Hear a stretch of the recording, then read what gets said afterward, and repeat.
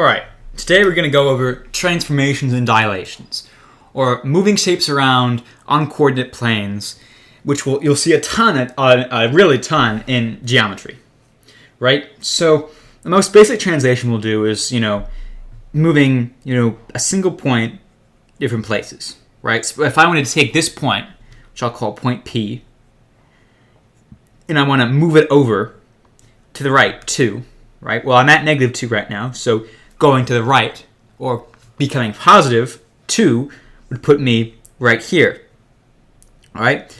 If I were to write this out algebraically, I can say P goes from negative 2 to 0, 2, right? We call this movement, whether it's going up or down or left or right, a translation. So I would say I've performed a translation of 2 units to the right. And we can expand that on this, right? Let's say I want to go up this time, right? So I'm at 2. I want to go up, let's say, 6 units, right? So 2 plus 6, it's going to be 8. If I want to translate this point now, it's at 8. And we usually write translations by doing what's called a prime, right? So we'll say P prime to represent the translation. Well, what if we want to do a shape, right? Let's say I have a rectangle still at 2, 2, but also at 2, 6, 6, 2, and negative 6, 6, right? So this is my little rectangle. And I want to translate that by 4 units to the right. That means for each of these points, I'm going to take their x-coordinate and add 4. Since going to the right is positive, I'm going to add 4 to them. So, start with here. Negative 2, 2. I'm going to add 4 units to my x-coordinate. So, my new x-coordinate will be 2. So, right here. This one, same thing. It's going to be right here. Notice that I'm not changing my y-coordinate because it's just going to the right. It's not going up or down. Negative 6. I'll add 2, I'll add 4, and I'll get negative 2, so right here. And negative 6, I'll add 4, I get 2, so right here. All right, so this, right now, is my new shape. And you can see it kind of overlaps, but that's the general idea. All right? Now, we can combine translations.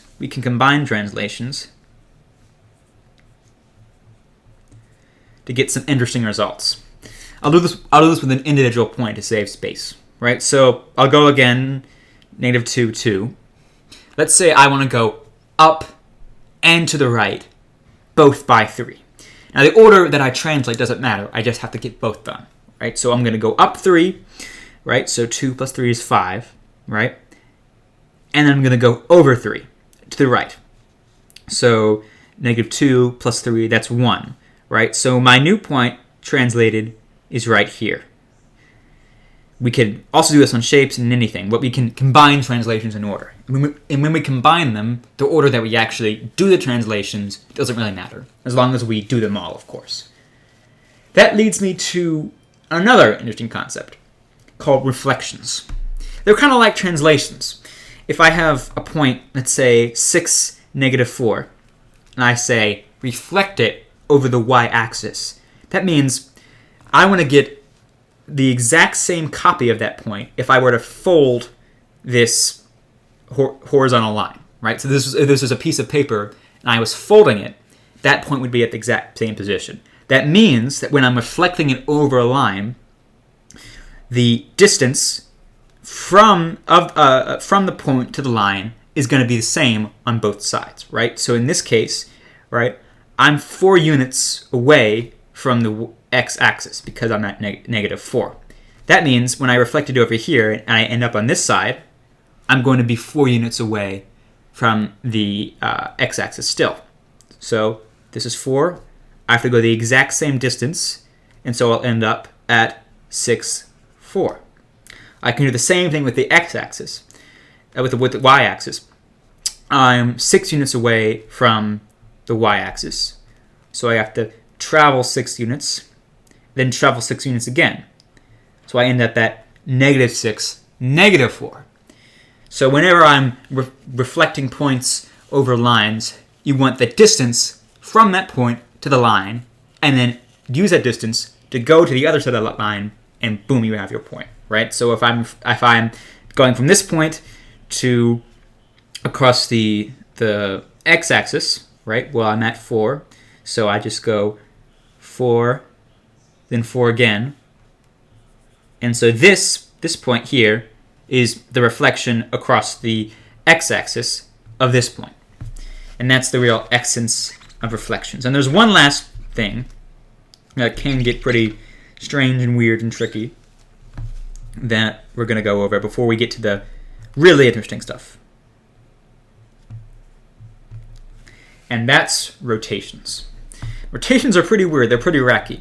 Essentially, it's taking a point and it's moving it about a point, right? So if this was an entire triangle, let's say, just a rough drawing, but I would be rotating rotating the triangle by a certain point, right? And there are certain rules to describe the rotation of an object, which can be very, very helpful, right? So let's say, I have, this point, and I'm rotating it about the origin, or 0, 0. If I'm rotating it 90 degrees, or 1/4 of the entire quadrant, because a circle is 360 degrees, and 90 is 1/4 of 360, that point, right, if it has coordinates x, y, they're going to become, with that rotation, y negative x, right? So I have 8, 6, so it becomes 6, negative 8. If I were to rotate it 270 degrees, so going to this quadrant, my xy would go from xy to negative y, positive x, right? So the signs switch, right? So I get 8, 6, well, now I have negative 6, 8, right? And that's rotating it 3/4 of a circle. And of course, if I rotate it 360 degrees, I end up right back where I started. But we can also, just as we're going this way, what we would call clockwise, we can go counterclockwise. So the opposite of the way a clock moves. Remember, a clock, goes like this around in a circle. We can also go around in a circle like this. So if I was rotating, let's say, 90 degrees counterclockwise, my xy coordinate would become y, x. Right? So I go from 8, 6 to 6, 8. So I go here. Right? What if we were rotating 270 degrees counterclockwise?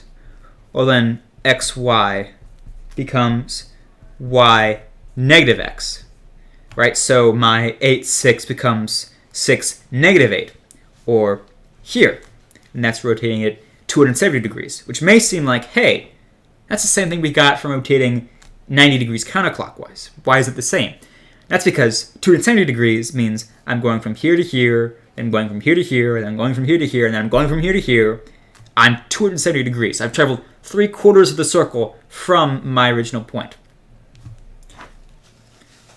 And what if we wanted to go 180 degrees, or halfway around the circle? Well, the nice thing is, we don't have to worry about any of the clockwise or counterclockwise stuff we have to deal with, right? If I go 180 degrees, or let's say I'm going 180 degrees here, it means I'll travel this circle, this distance. If I'm going counterclockwise, and I'll travel this distance if I'm going clockwise. The distance I travel is the same. So when I'm rotating 180 degrees, I can go clockwise or counterclockwise. It won't make a difference, and it doesn't matter. So we only have one rule for rotating 180 degrees, and that's your x and your y become negative, right? So xy, negative x, negative y. Right, so here we have 8, 0. It becomes negative 8, 0.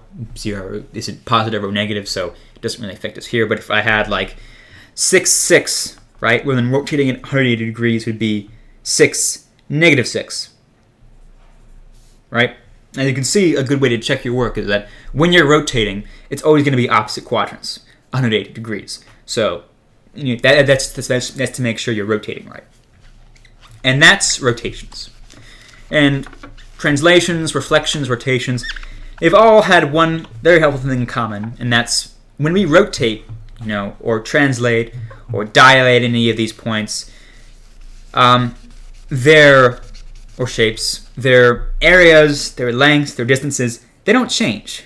These shapes don't get bigger or smaller or increase in area or decrease in area. That's not true for a certain type of movement, and that's called a dilation. And when we dilate something, we expand it by a certain scale factor, right? It's basically a multiplier that we apply to the side length to get bigger or smaller, right? If I have, let's just say, a line from -2, 2 to -2, 8, right? That's my little line. And I want to dilate it by a scale factor of 1/2. That means I want to take this length and I'm going to shrink it by 1/2. So, as a result of that dilation, our physical distance changes. So we go from, instead of having a length of 4, we have a length of 2, right? So we shrink on both sides, and that's a new shape. We go from 4 to 6 instead of 2 to 8. We contract on all sides. If this were, we can also expand, right? If we were to take this original shape and say, all right, I have a scale factor of 2, that means we're going to increase on all sides, right? This length is going to get 2 times as big. So now it's going to go from 2, 2 to 2, 8. And that's what a dilation is. It's getting really, really big, right? And a key thing to know is my dilation getting bigger or smaller, right? If it's less than 1, it's getting smaller. And if it's greater than 1, it's getting bigger. If it's 1, it's the same thing, right? Because if I take a side length and I multiply it by 1, it's the same thing. And that is dilations. So that's dilations and transformations. Very, very important math concepts that can be tricky to learn, but they're really, really helpful because they come up a whole time. That's it. Thanks for watching. I hope you enjoyed.